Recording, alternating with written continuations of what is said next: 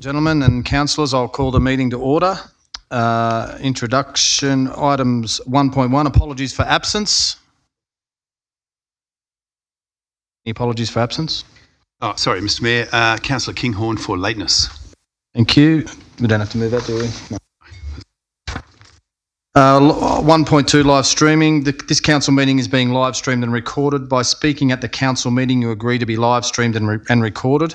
Please ensure that if and when you speak at this council meeting that you ensure that you're respectful to others and use appropriate language at all times. Orange City Council accepts no liability for any defamatory or offensive remarks or gestures made during the course of this council meeting. A recording of this council meeting will be made for administration purposes, and I'll just remind councillors that they make sure that they speak into the microphones for clear audio. 1.3 is acknowledgement of country. I'd like to acknowledge the Wiradjuri people who are our traditional custodians of this land. I would also like to pay respect to both elders past and present of the Wiradjuri nation and extend that respect to other Aboriginal Australians who are present. Item 1.4, declaration of interest. Does any councillor wish to declare any conflicts of interest in any matter for consideration at tonight's council meeting? None? Sorry, Councillor Evans. I'd like to declare an interest in 5.3, actually, sorry. I know the applicant personally of the Yu-Gi-Oh tournament.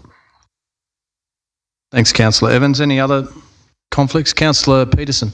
In the same vein, he's a personal friend, the applicant for 5.3.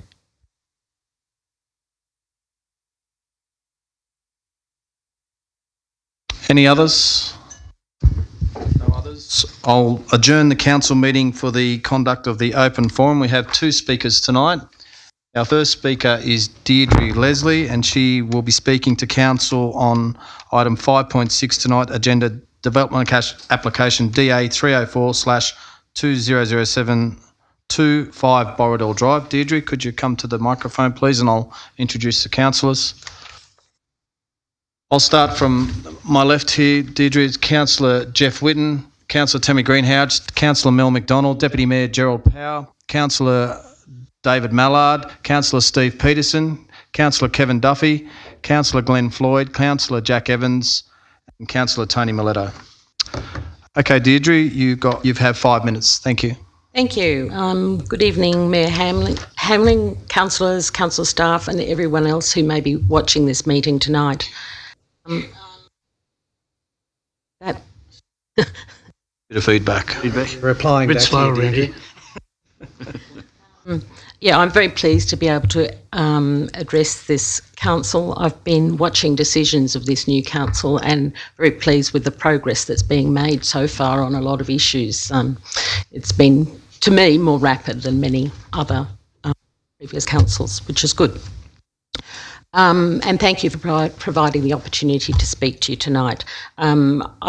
My husband and I have lived at the same address opposite 5 Borrowdale Drive since 1989, so longer than anybody else in that area. I'd like to talk about this agenda item 5.6. And whilst the conditions for approval of this DA have merit, I would like to request that further conditions be added. And I'd like to talk to two things, about removal of the pin oak, but also engineering and communication with nearby property owners and other interested parties. My husband and I made one of the submissions to council about this DA.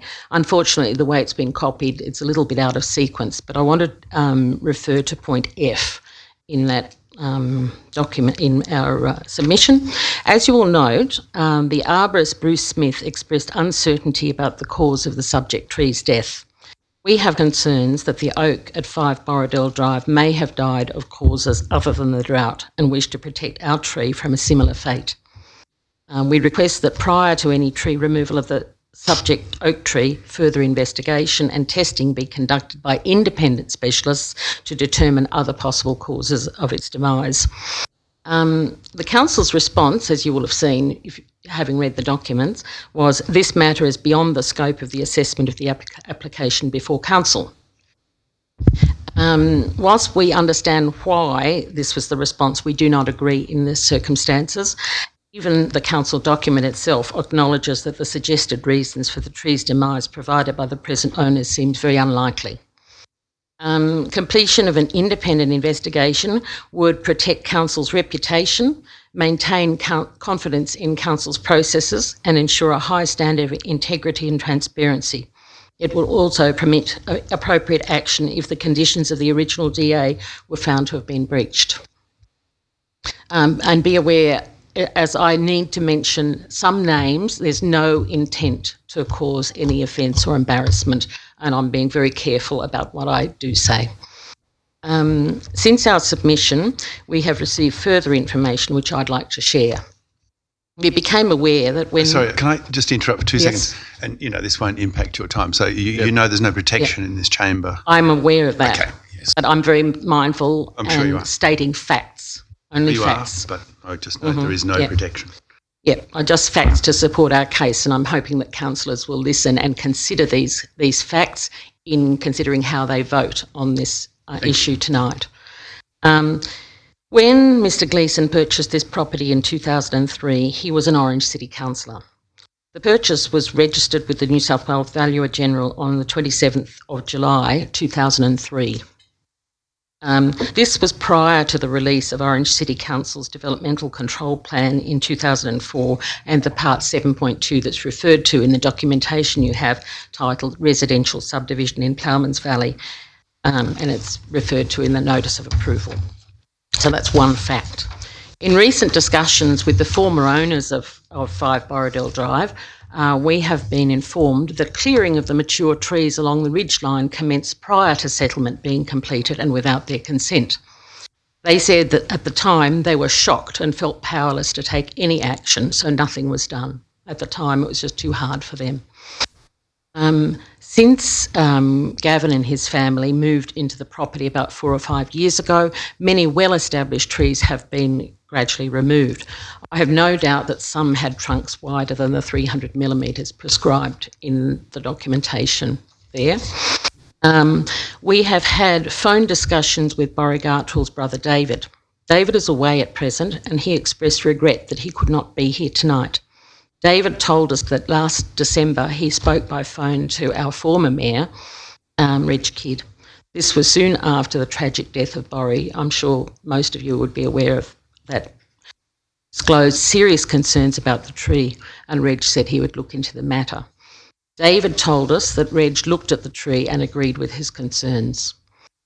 David informed us that he had emailed you, sir, in early February and had copied in the planning department. He told us that he detailed his concerns in the email. We don't know whether that email was considered by council staff during their assessment of the amended DA. And is it possible for that email to be made public? I don't know. And can it be read to councillors at some point, helping them make a decision? In addition, the pin oak is known to have been there for 120 years, not 80 years, as in the DA, and that's from the history we were given by Mrs Dorothy Gartrell when we first lived in our home in 1989. The tree was a very mature oak when she and her husband moved to Excuse me, Borrowdale in the Deirdre, we've just early gone over time, so 1940s. Okay. an extension of time. Councillor Mileto, seconded by Councillor Duffy. All those in favour? Against? Carried. You've got the extension. Thank you. So the tree was a mature oak when the Gartrell family purchased the property and moved in the early 1940s. It's said to be 120 years old, so probably planted around about Federation, thereabouts. Planting 2 new advanced pin oaks on Lot 1 is a very worthwhile condition of the DA. However, our children, grandchildren and probably our great-grandchildren will not be able to see them with anything like the grandeur of this almost deceased pin oak, which is a terrible loss to the surrounding landscape. It was once the most beautiful tree on this part of the ridge.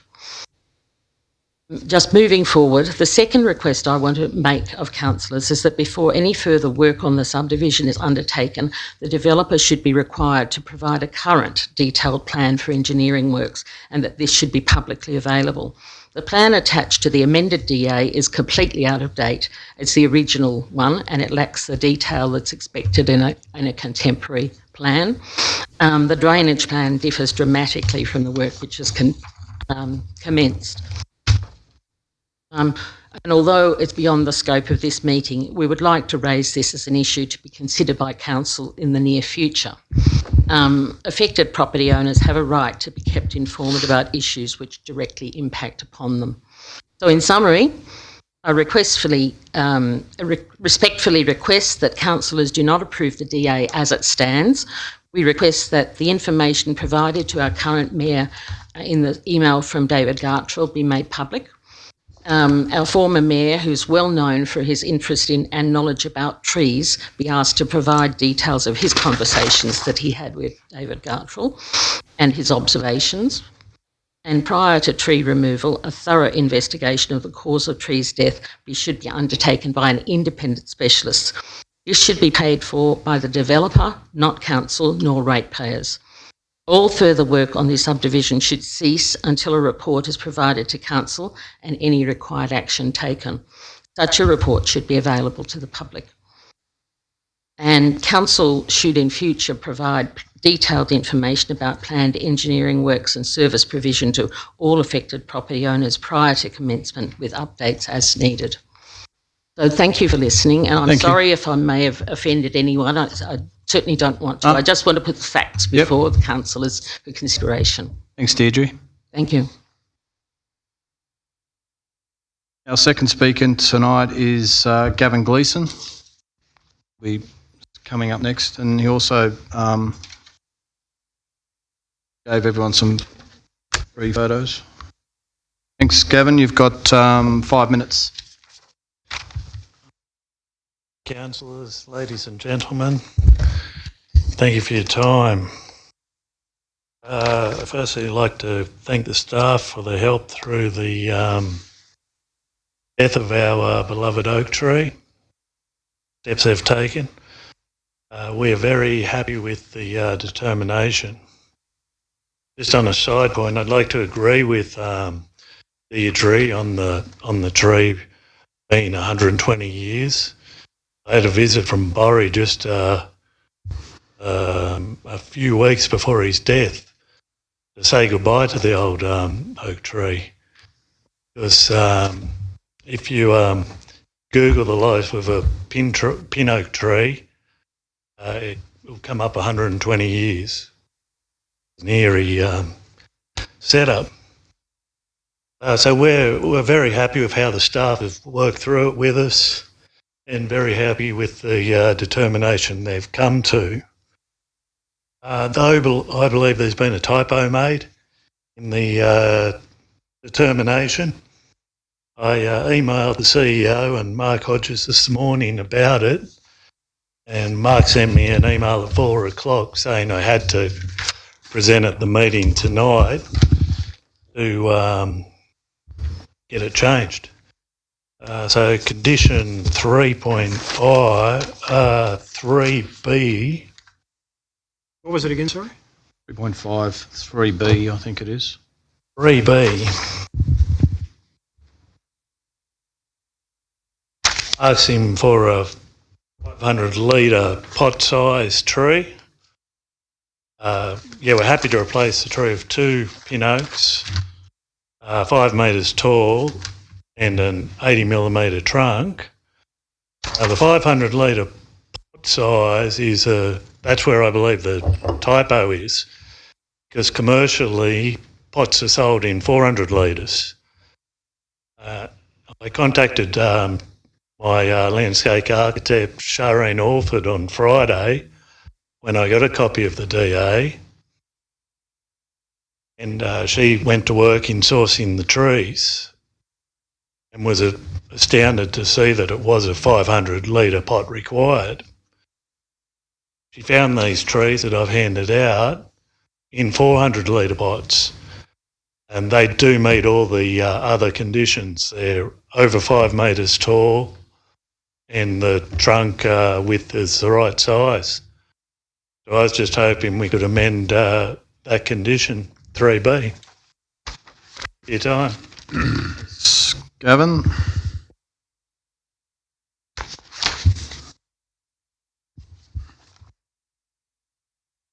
No.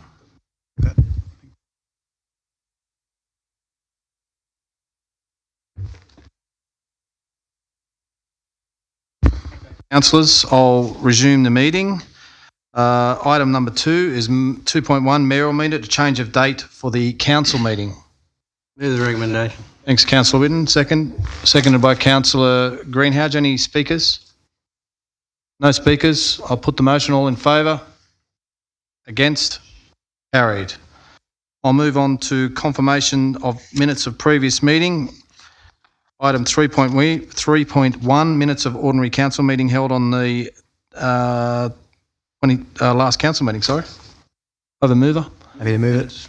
Move the minutes. Councillor Peterson. Seconded Councillor McDonald. Any speakers? Councillor Duffy. 3.1, what if we come back to it? No, it's not that, sorry, it's not the policies. It's all right, no problem. Nothing. I'll put them. Any other speakers? I'll put the motion. All in favour? Against? Carried. I'll move on to item 4, which is notices of motion. Item 4.1.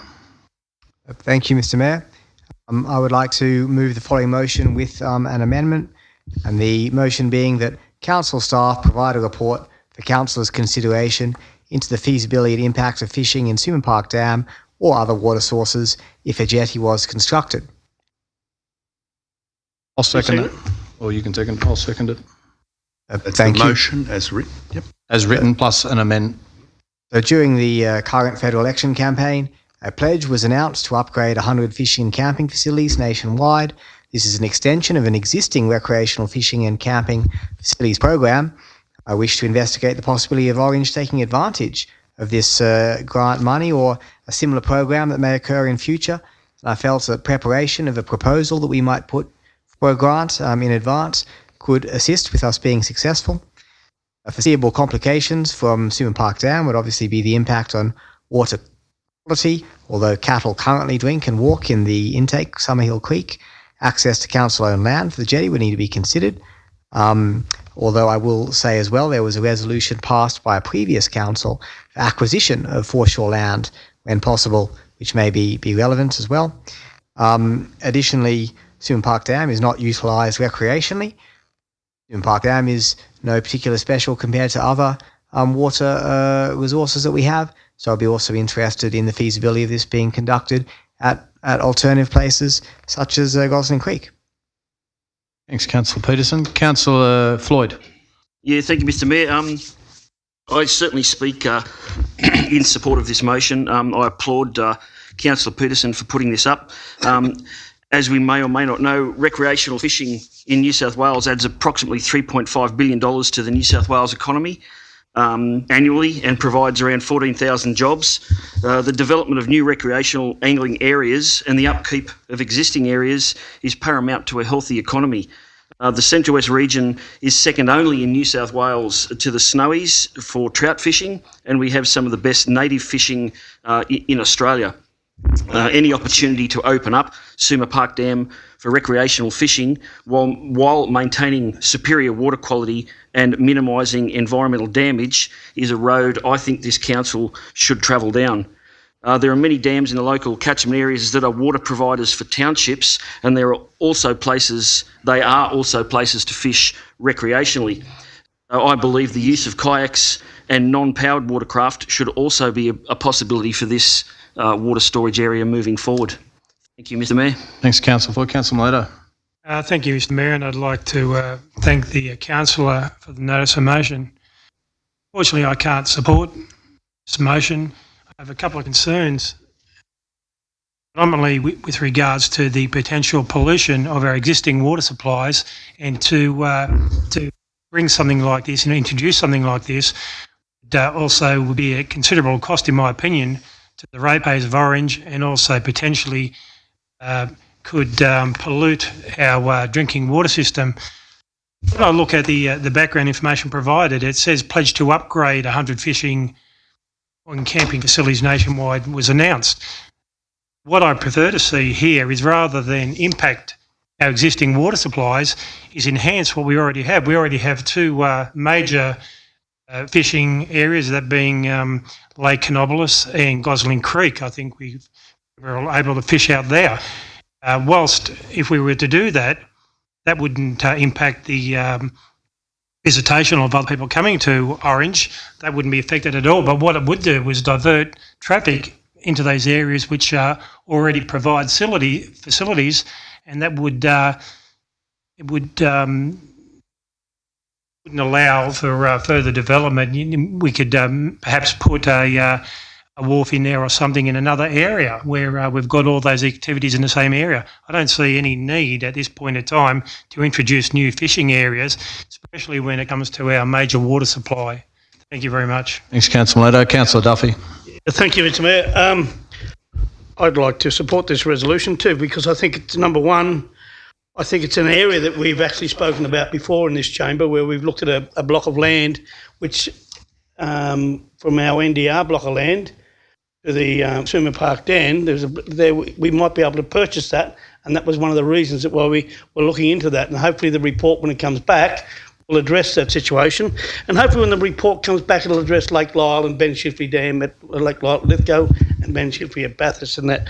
Look, I don't have a problem with the pollution of what the situation is. I've been out in Molong Dam and I've seen 100 head of cattle standing in it, flatulence, having the time of their life. I mean, that's can't help that.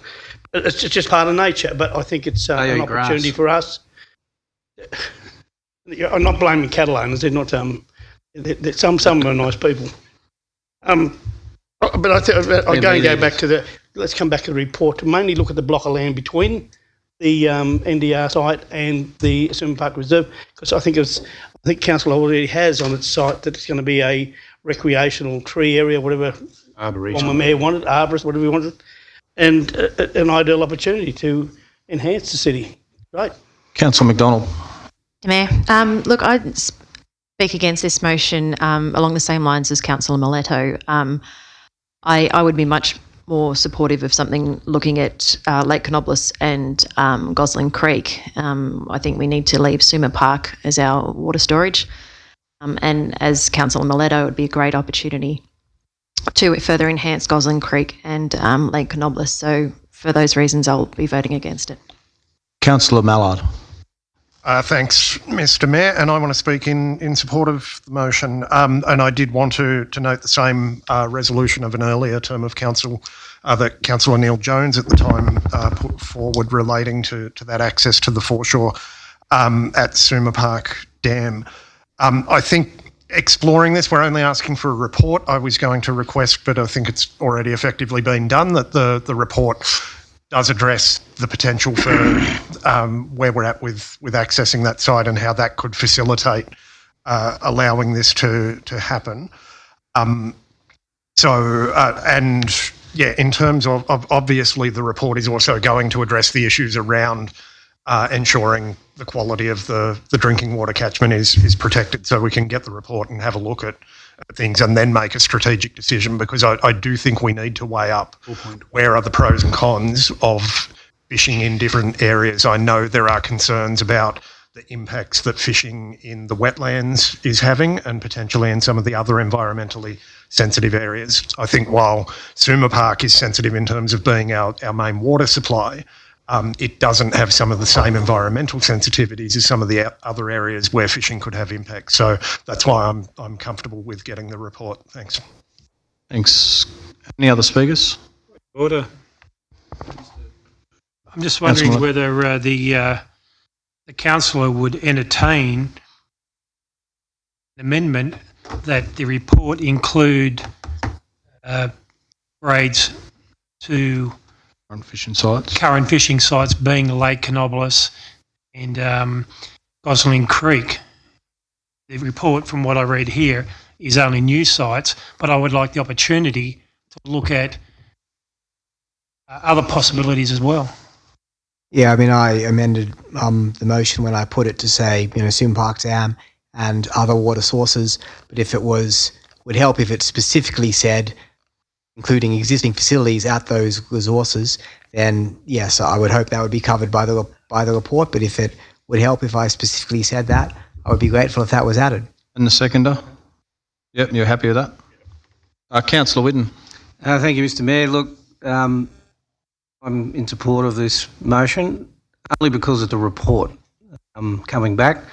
And I do recognise the concerns of councillors who aren't in agreement with it.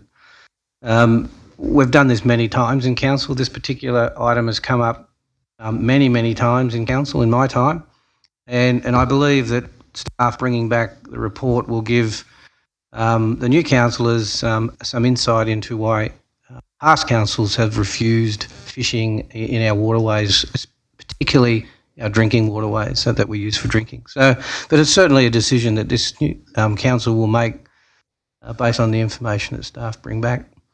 So, because it's a report only, I'm happy to support it. Any other speakers? Councillor Peterson, I'll just close the debate. Yep. Just to say thank you for everyone's thoughts. I certainly agree with concerns that have been raised that, yes, this is just the report stage, just really to take advantage of an existing grant. So I'm hopeful that if this was to be a large expense to ratepayers, I would not be interested as much. But if it's something that we can use grant money for, then I'd like to explore the possibility. Thank you. I'll put the motion with the amendments. I need to read the amendment. Does everyone know what the amendments are? Yeah, Councillor Kinghorn. That's all right. So the motion is that council staff provide a report for councillors' consideration into the feasibility and impacts of fishing in Suma Park or other water sources, including Lake Canobolas and Gosling Creek, if a jetty was constructed.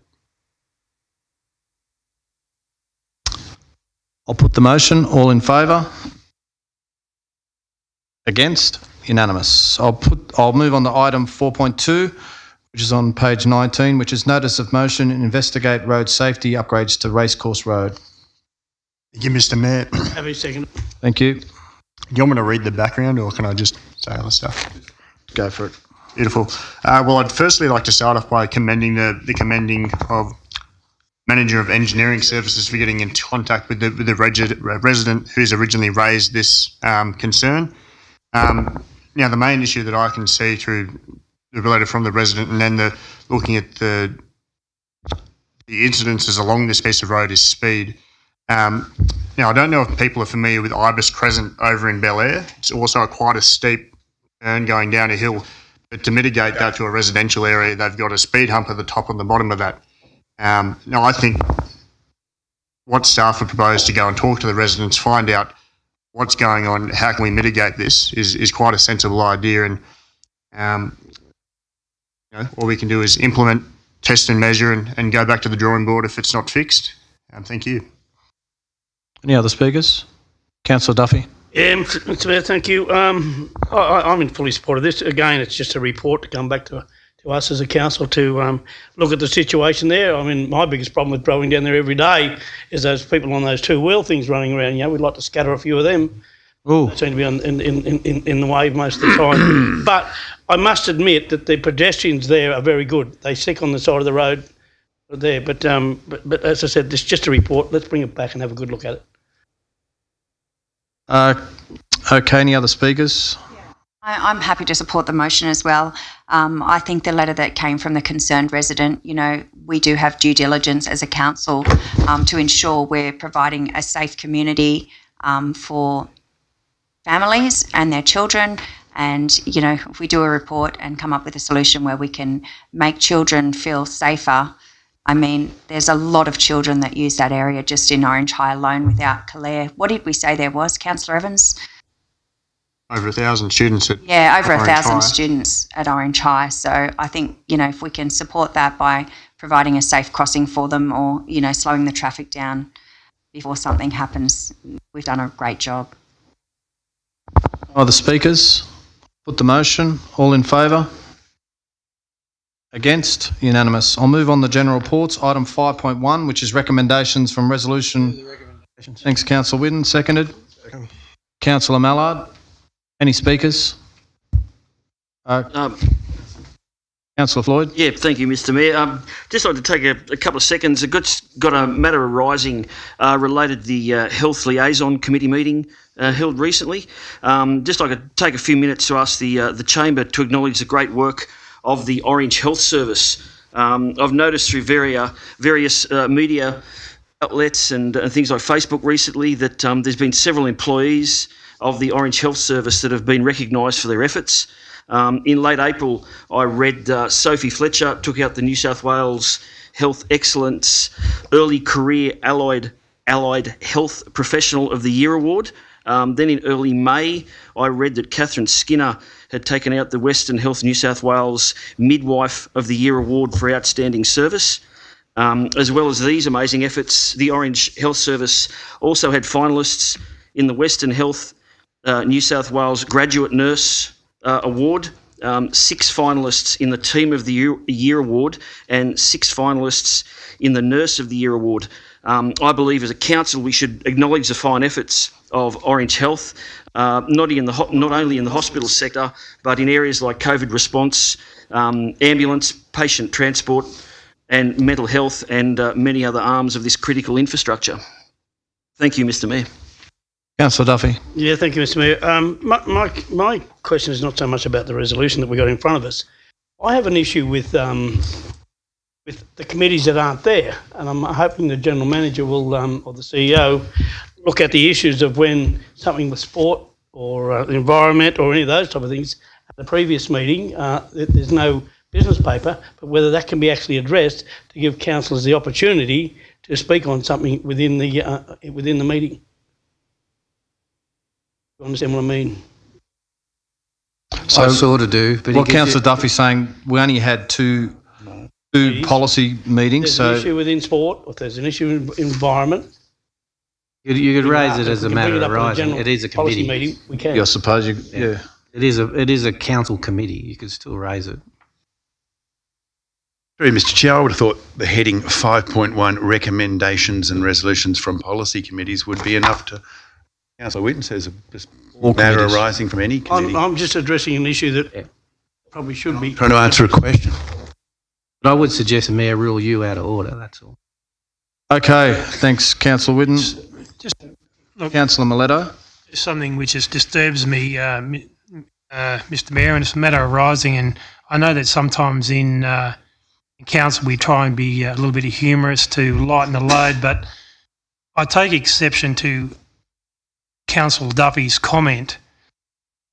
Whilst it may have been a flippant comment that you want to run people down on push bikes or whatever, I look across at my good friend. Point of order, Mr. Mayor. Did I say that I'd run people over?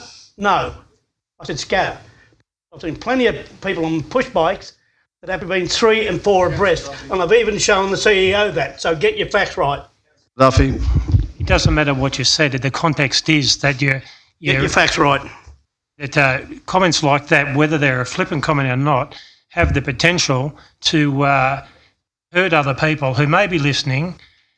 I know the circumstances behind the councillor. I don't think that, regardless of what your intent was, I don't think it's required under these circumstances.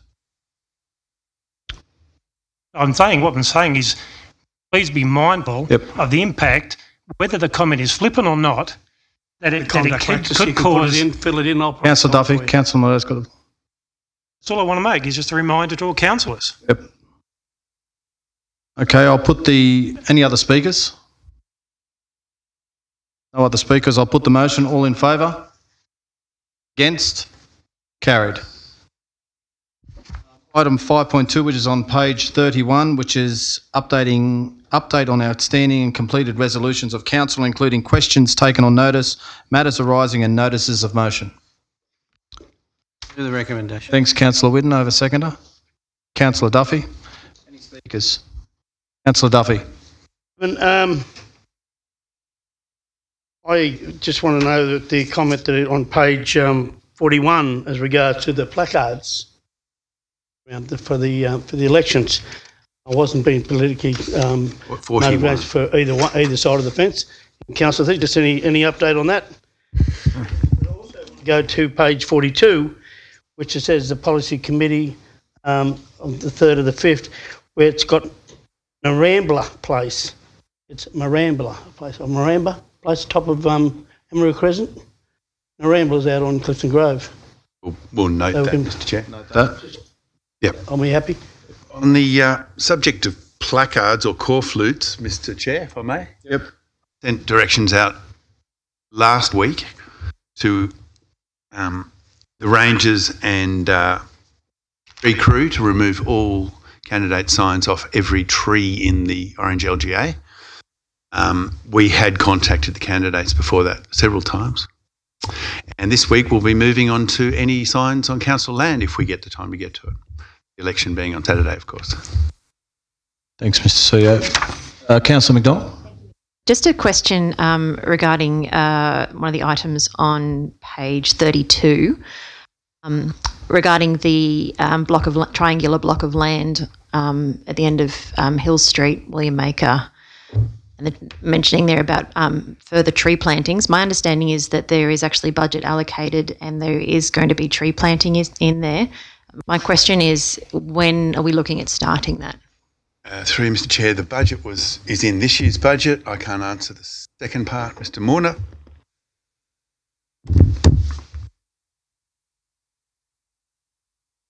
Just quickly through you, Mr. Mayor. As soon as we can get the stock, we've got it on order. So there's a delay in stock, drought, fire, are the main reasons for that, with growing that stock on. So as soon as we get it, we'll plant it, and it's the same with the same with the roundabout itself. There's plans there for that to be enhanced, and that's the same issue. Okay. Timing wise, we're hoping to do it within this winter period. Thank you. No other speakers. I'll put the motion. All in favour? Against? Carried. I'll move on to item 5.3, and Councillor Evans and Councillor Peterson are declaring an interest in this one. I'll just wait for these guys.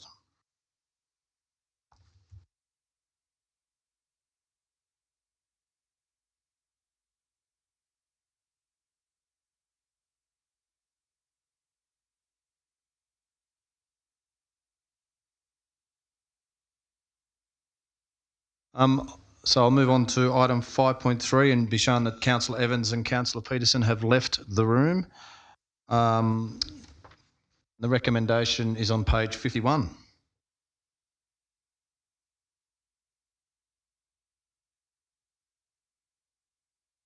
I'm quite happy to move that we approve them. Both of them bring people to the town. There's Development. item 2, you need to Make a decision. Funding. Yeah, so I'll second that. Clarification, please, Mr. Yeah, Mayor. I might get the CEO just to... Can you just tell us... It's in regards to the second one, I think it is. I'm just wondering, when I look at the criteria of, I think it was... I haven't had a mover or seconder yet. Oh, sorry, my apologies. I'll move it if I can have a seconder for discussion, because then we can ask some questions. Yeah, thank you.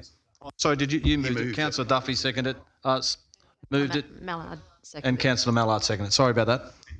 Mr. Chair, that he moved approval of both grants. Approving Number both 2, grants. Yep. Can I ask also that Director Robb comes on screen to answer these questions, please? Councillor Miletto. Thank you. It's in regards to the second one, the Ring Charity Golf Challenge, and it was the application was made under the Flagship Event Fund. And looking at that criteria, the event must attract 1,000 attendees and have an impact, economic impact in the region of more than $150,000. I'm just wondering whether that was the same category they applied for under last time, and whether or not that is a right category, because that seems like a big wall to climb over. Yeah, so in answer to that question through you, Mr. Mayor, that's the category they applied under because the event has happened for a number of years. So it became under the category of the flagship event, and that was the category that they nominated to make the application under. Whilst you're there, just wondering then if that's the case, so it would appear to me that we are required to vote on a category which may not be applicable to the application, because if we were to make a decision, vote here tonight, we'd be voting on the flagship event fund, which would appear to be the incorrect one, and it doesn't meet the criteria. Would that be a fair assumption? Yeah, it would be. So we allowed, because we were seeking additional information, we did allow that applicant to also provide additional information, because council's decision previously was not to provide the funding under the flagship event category with the first application, but because we were seeking additional information, we provided the same opportunity, and the additional information received is presented in that report. But the application was made under the flagship event fund in regards to that particular event organiser and that event. I think the point, Councillor Miletto, Mr. Chair, is that they're having a second go. It doesn't necessarily guarantee them a win. That's what. Thank you. Goes to your point. Yeah. Any other speakers? Councillor Duffy. Mr. Mayor, I don't have any problem with it because you go through the list of five there. We're giving $5,500 to Housing Plus for the White Tie Ball. Now it is a good cause, but domestic violence doesn't come under our jurisdiction. It comes under state and federal, or state or federal. But it's not. It's for Housing Plus, which is not only for that; it's for their whole operation. I understand. Well, the White Tie Ball has always been raising funds for domestic violence for the. I don't know what they call it out the road on the East Court Way, but that's what it is. But I mean, I was quite happy to support it before, but I think these other ones here are economic development issues as far as bringing people to the town to spend money into the town. I think that's... Any other speakers? Are we voting? They're all separately. We do one at a time, maybe. So. Is the mover and second happy if we do one at a time? Yep. Okay. Number one, the additional information provided in this report concerning two submissions of round 3 of council event sponsorship for the UGO WCK regional qualifiers and the Wangarang Golf Challenge is noted. I'll put that one first. All in favour? Against? Carried. And item number 2, which is to make a decision on the provision of funding to Mr Drage, DR Gaming and Wangarang Industries based on this information. You've moved that we... No.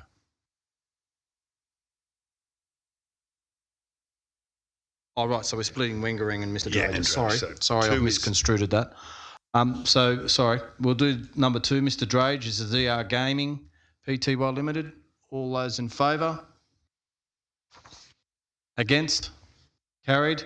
And item number 3, which is the Wangarang Industries based on the information. All those in favour?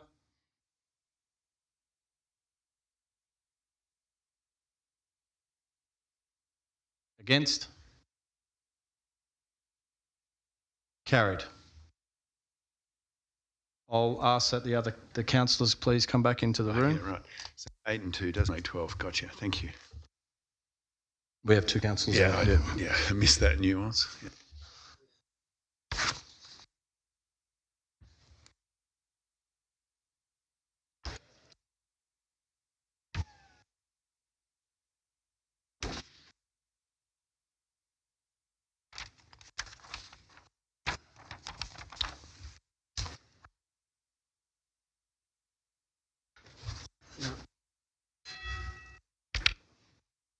Vaulting bell.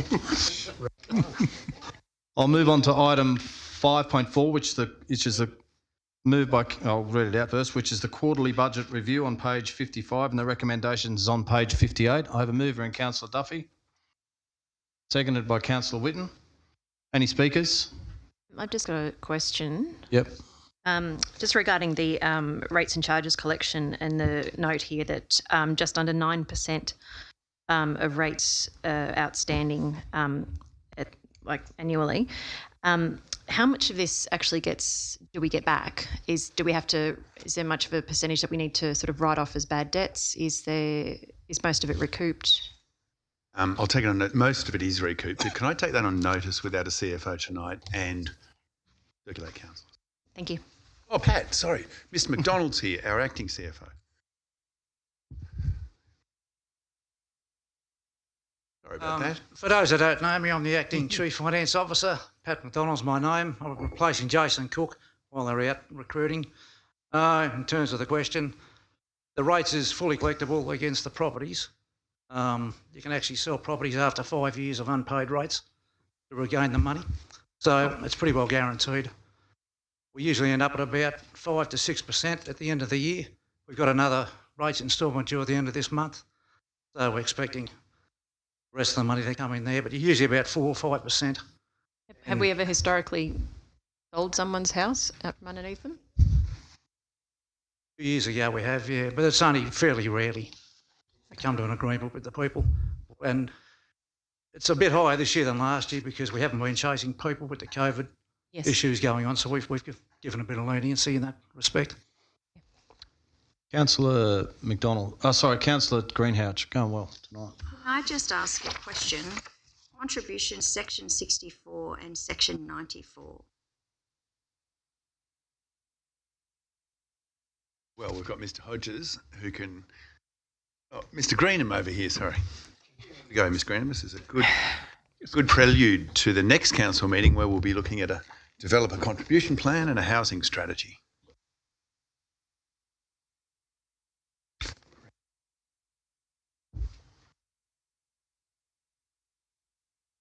Thank you very much for the question, Councillor. Section 64 charges are our water and sewer charges under the Act. Section 94 charges will change under the new Act to Section 711 charges and are the developer contributions for land development. That includes open space, roadworks, those sort of activities. Thank you. It's all around subdivision development. Any other speakers? Councillor Mallard.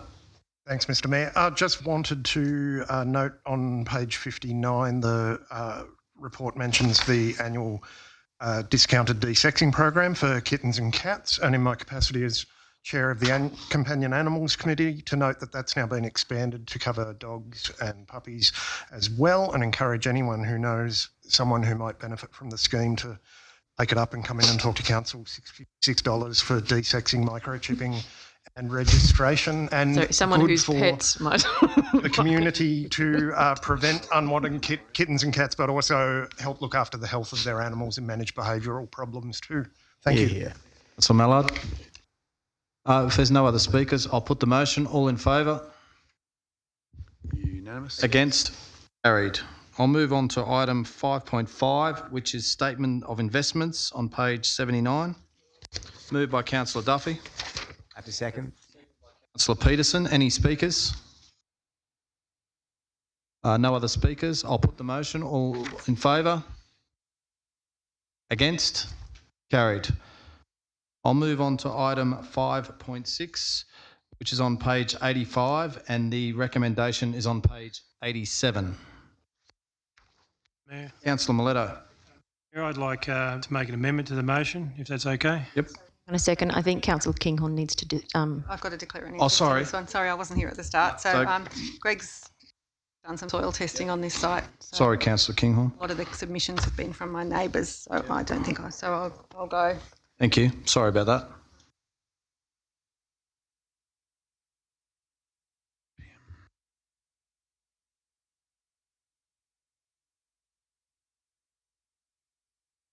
Councillor Miletto.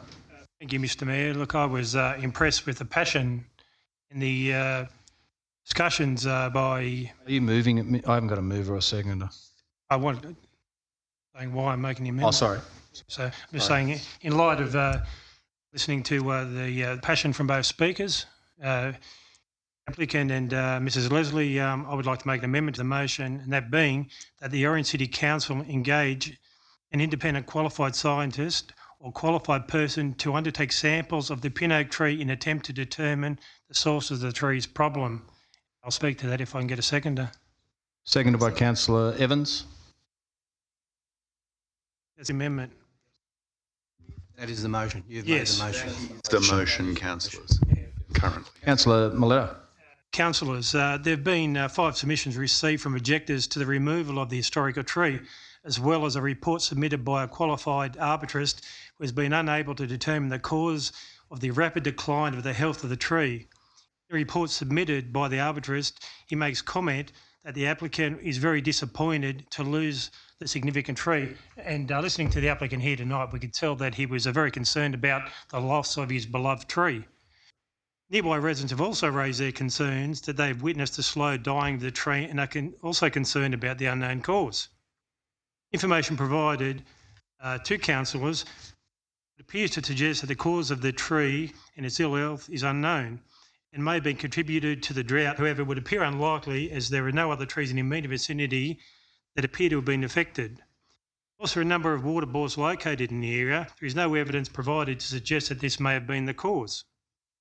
I was contacted by the applicant today who advised me that he was at a loss as to the cause of the deteriorating health of the tree and provided further information that the tree may have been struck by lightning. I'm concerned that the correct source of the cause of the pin oak tree to deteriorate so rapidly has still not been identified. That an unknown disease could potentially spread to and infect other trees in the immediate area and also throughout Orange, which would have devastating effect on our environment. I also think that it may be an opportunity to help the applicant's mind at ease and also the other concerned residents. Yep. Just a question through you to the CEO. Does the DA application allow for this type of condition, or should this condition be a matter arising in another motion to conduct that exercise? Thank you, Councillor Whitten. Chair, I think my instinct, I'm going to ask my fellow directors to comment too. My instinct to say is that the councillor is effectively raising a request for more information which is relevant potentially to the development application. Therefore, is basically the council saying we can't consider this matter tonight. We need more information. That is how I... Referral rather than a... So effectively, Councillor Mileto's motion is saying we want to defer the matter to get that extra information before we then consider the matter again. Is that... Certainly that is what I'm trying to say, Mr CEO, and there is passion by the applicant he's been, concerned about the tree. And I think that we also should be concerned of the unknown source. I mean, if there's a disease which could be sweeping through the town, we need to know about that. We are the colour city, and we certainly don't need other trees, just dying without any reason. Just another question through you, Mr. Mayor. Hang on. The reason for the DA is to remove a dangerous tree. Now, I agree that we need to investigate, because what Councillor Mileto is suggesting, there could be, there's a reason. But before us tonight, we have an application to remove a tree that's possibly dangerous to the community. And if we defer it, we're deferring the whole reason why the DA is in front of us. That tree. Thank you, and you are exactly right. And what I didn't comment on was that there is no evidence provided to me that suggests that tree is in a dangerous position. When I look at the pictures and things around it, it's not hindering anybody as far as being dangerous, so I don't see the urgency. I mean, if there's other works which can go on around there, so be it. But the DA isn't about other stuff which is going on. It's about that tree in Pacific. I don't see that tree as being in a dangerous position, and if that's the case, perhaps there could be a barricade put around it. It could be worth saying, Mr. Mayor, on page 93, it says there's no current and immediate danger of limb failure or whole tree failure. So maybe they do have a couple of months. Duffy. Mayor, I want to move the recommendation as written. Seconder? I'm happy to second that for discussion, Mr. Mayor. Seconded for discussion. Councillor Duffy. Yeah, thank you, Mr. Mayor. Look, the number one priority is the tree's actually dead. It's not going to come back. It's not Lazarus. It's not going to come back. It could be harmful, as Councillor Whitten said. It could fall over. Branches could go everywhere, and all those type of things there. One, it's dead. There can't be much more done to it. It's the same as the tree of knowledge at Bar Calden. It's dead, so it's gone. At the end of the day, let's move on and let the developer develop the area, what it is.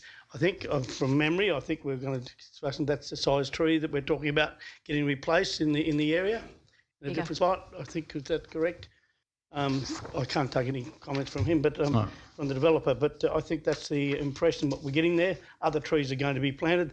They're fairly well forwarded trees. They're not, little squirt things that are going to take a long time to grow. These are well up. And I think we should just move on and just move on. I mean, to talk about trees and could have some disease, whatever it is, we've just gone through 5 years of drought, for God's sake. I mean, it could have happened to many dead trees. You've seen around at Elephant Park, there's dead trees in Elephant Park, there's dead trees everywhere. Let's just not pick on one tree. Let's do the report on others if we're going to do that. But I think this is a situation here. We have to do a DA. We've got a DA in front of us. Let's adjudicate it and let's move on. Sorry. Sorry, just point of clarification. What I didn't include in there is that those testings should be at the applicant's expense. Thanks, Councillor Mileto. Councillor, we need to add that probably.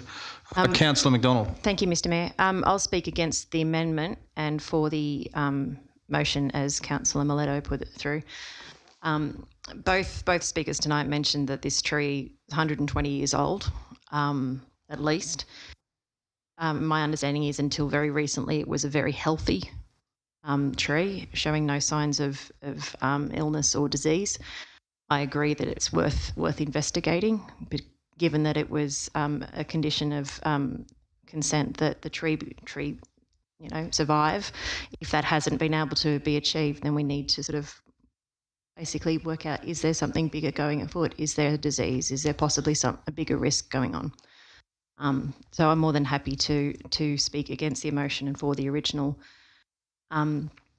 Against the amendment for the original motion. And just one other comment regarding the query about the possible typo in terms of the size of the advanced tree. My understanding is that you can get a tree grown to whatever size, so a 500 litre tree is a possibility. Anyway, that's a Point of clarification, Mr. Mayor. Point of clarification. Yeah. My point of clarification is to the director of.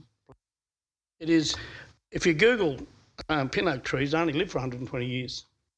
So it's on the blink. Am I correct or am I wrong? Pin oak's not native either.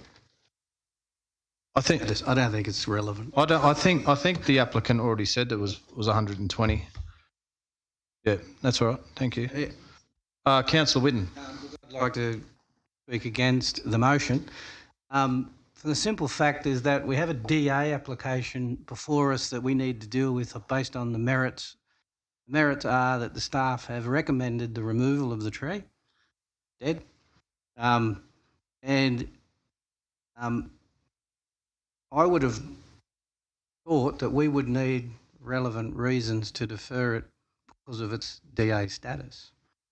And whether applicant can contest it as they would any DA that deferred or slowed down within the 40-day period. But anyway, we have an application in front of us that staff have approved for removal. Now, I'm not suggesting I wouldn't support an additional matter arising to investigate anything, but at the moment we have a DA in front of us that staff are approving to remove the tree. Any other speakers? Councillor Greenhalgh.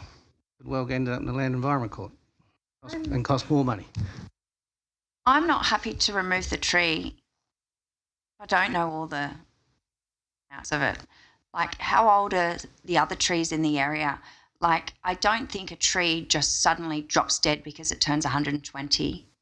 So I support Mel. Like, I think we've got a duty of care to the other beautiful trees in that area that we investigate what's going on a little bit further before we make a decision. Any other speakers? Councillor Evans. Point of clarification, Councillor Mileto, in the motion, does it say that the tree must be tested before it's cut down? Because I went up for a drive up there today and the tree's dead. So can we proceed with the application and knock it down but test it at the same time? There's no hiding the fact that it's dead. Staff member, Councillor Evans. Let's get Mr. Hodges involved.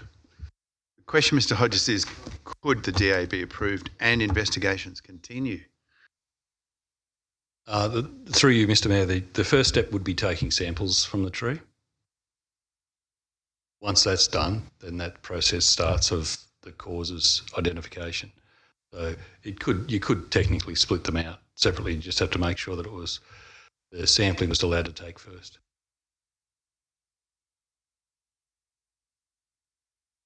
Just another.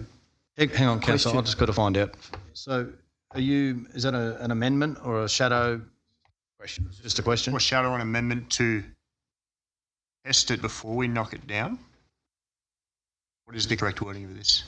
Hang on. So, through Mr Chair, at the moment the motion says the DA is deferred until the investigation is done at the developer's expense to determine the reason of failure. Right? Presumably when that investigation comes back, then council will also get the DA back and then make a decision. The alternative, I think, is to just process the DA now as printed. No investigation as to the tree. Tree gets removed. 2 trees get replaced. Full stop. The third option, which seems to be floating around, is that can the DA be approved,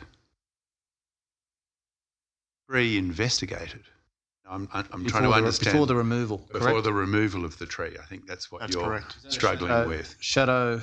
Yeah, foreshadow. Which would then be some sort of foreshadowed amendment to add a condition that the tree be investigated, a sequence comes in, a tree's investigated. Once the results are known, that's the bit I'm struggling with, then the tree may be removed and then 2 trees may be planted. I'm struggling, through you, Mr Chair, to understand what you would do at the end of the condition that says investigate. Somebody got words for me? Just a question on the technicality of the process. Can we legally put a condition that the applicant is responsible for the cost of the test? What grounds? And through Mr Chair, at this point, with that foreshadowed amendment, I would seek council's leave to defer the matter until I can take advice properly. We're in, like it's... Just a quick question. We work, through you, Mr CEO, we're working out whether the tree was murdered or died of natural causes, are we? If it comes out it was murdered, we're going to chase it down and bring him up or what? I mean, that's... Oh, I mean, the wording... How are we doing it? Well, Councillor Miletto, through Mr Chair, has debated that. Look, that's where we're heading. Oh, well, I don't know about that. Look, all I'm concerned about is if there is a disease in the tree, how is it going to impact other trees around the area? That's what I'm concerned about. And I support that. Like if we just Hang on. Everyone's speaking here. Everyone's spoken. I haven't spoken yet. I'm going to foreshadow an amendment that we defer the matter. For more information. So... No, that's with an investigation and all that sort of thing, isn't it? I'm assuming your deferral is so that staff can get back to us. Proper process answers back to you. There's that many motions and foreshadowed motions going around. And then, have I got a seconder? Yep, I'll second that. So a foreshadowed amendment is to defer the whole matter until staff can answer some of these quite complicated process questions. We might yet do that in a closed-door briefing at some stage. Okay, I'll put the shadow amendment first. All in favour? The foreshadowed my one about a deferral. Don't we have to do... Hold on. Sorry. I've got it all mixed up. Sorry, I'm new. It's okay. No, you're right. That's what I'm here. I'm here to help. Slow down, everyone. The Mayor will put the amendment. Sorry. I'll put the amendment first. All those in favour? This is the... So what is it now? Tony. This is the as-printed report recommendation. Right. I'll put the amendment. All those in favour? Yeah, sorry. I already had it. That's 3 councillors. Against? Amendment is lost. Now you put the foreshadowed amendment. I'll put the foreshadowed amendment, my deferral. All those in favour? 6. Councillor Peterson, 7, 8, 9. So Right. it's unanimous. So the foreshadowed amendment becomes the motion. All those in favour of the motion? Unanimous Against? again. Matter is deferred. Deferred. I'll move on to item 5.7, which is the appointment of the Joint Regional Plan. We need a turn of a council, Mr Mayor. You're up. Councillor Kinghorn. Are you doing well? I'll call Councillor Kinghorn back into the room at 7:35.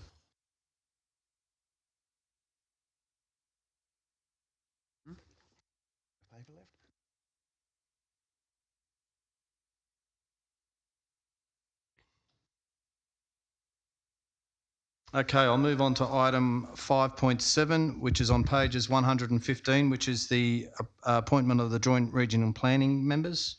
The recommendation. Moved by Councillor Whitten, seconded by Councillor McDonald. Any speakers? Just that the great Serenity is a great representative for the community. Thanks, Councillor Whitten. Any other speakers? No other speakers. I'll put the motion. All in favour? Against? Carried. I'll move on to item 5.8, which is the additional special variation of the 2022-2023 financial year and the recommendation on 121. I have a mover. I'm happy to move that. Moved by Councillor McDonald, second by Councillor Greenhalgh. Any speakers? Councillor Kinghorn. So when we discussed this last time, I had requested some additional information because I still wanted to understand why Orange rates seem to be a bit higher than similar councils and their expenditure is lower in various areas than other councils. Jason Cook, the CFO at the time, had told me that he would give me some more information. I haven't got any more information except an email from Mr Waddell last Wednesday, which was essentially a pie charts and bar graphs, which were very beautiful, but they didn't really give me any more information. And I had stated at the time that I won't support this unless I can understand it. And without that information, I can't, so I won't be supporting it. Thanks, Councillor Kinghorn. Any other speakers? Councillor Duffy. Thanks, Mr Mayor. As I said before, and I said it before at the last council meeting when we discussed this, it appears that the IPART tribunal is living under a rock, doesn't it? You know, I mean, you look at the prices have gone up so much in the last 12 months or so that you look at the price of bread, milk, fuel is absolutely enormous. The price of materials have gone through the roof. What actually happened, it's going on. So you say, hang on, how can it only be 0.7% when we've gone through 10 or 20 years of increases of 2.8 or 2.3 or 2.5 or whatever the case may be. But all of a sudden, when things go berserk and oil prices rise, it's only 0.7. But there's been no real wage increase over the period of time. But everything else has gone up. And you just say, how do they do that? I mean, it's time we started to question a few of these independent pricing tribunals, and again, look at the other bureaucratic organisations such as our JO and those type of things there. They make inconsistent decisions, and this is a purely inconsistent decision. And the minister, who's a former mayor of Boorowa, is on the ball. She said, hey, hang on, there's something wrong here, and she's put it back to council and said, hey, you can increase it by 2.5. Application, and that's what we've done. I mean, I don't know whether, it's time we started to question a few things. Well, that was brought up at the local government conference as well, and she spoke about that. The CEO would like to make a comment. Sorry, councillors, I should say this report has arisen, correct me if I'm wrong, Mr McDonald, because IPAT, we have applied for the 2.5% increase. IPAT someone's come back and said, could you please amend it and get a revised council resolution with a resolution with a certain type of wording so we can move forward with the application. That's tonight's. Thank you. There's no material change, it's just that wording change, correct? Yep. Okay, I'll put the motion. All in favour? Against? Carried. I'll move on to item 6, which is the closed meeting section. The Chief Executive Officer will advise the Council if any written submissions have been received relating to any item advertised for consideration by the closed meeting of Orange City Council. Mr Mayor, there have been no such submissions. In accordance with the Local Government Act 1993 and the Local Government General Regulation 2005, it's in the opinion of the Chief Executive Officer, the following business of kind of referred in section 10A/2 of the Act and should be dealt with in a confidential session of council meeting closed to the press and public.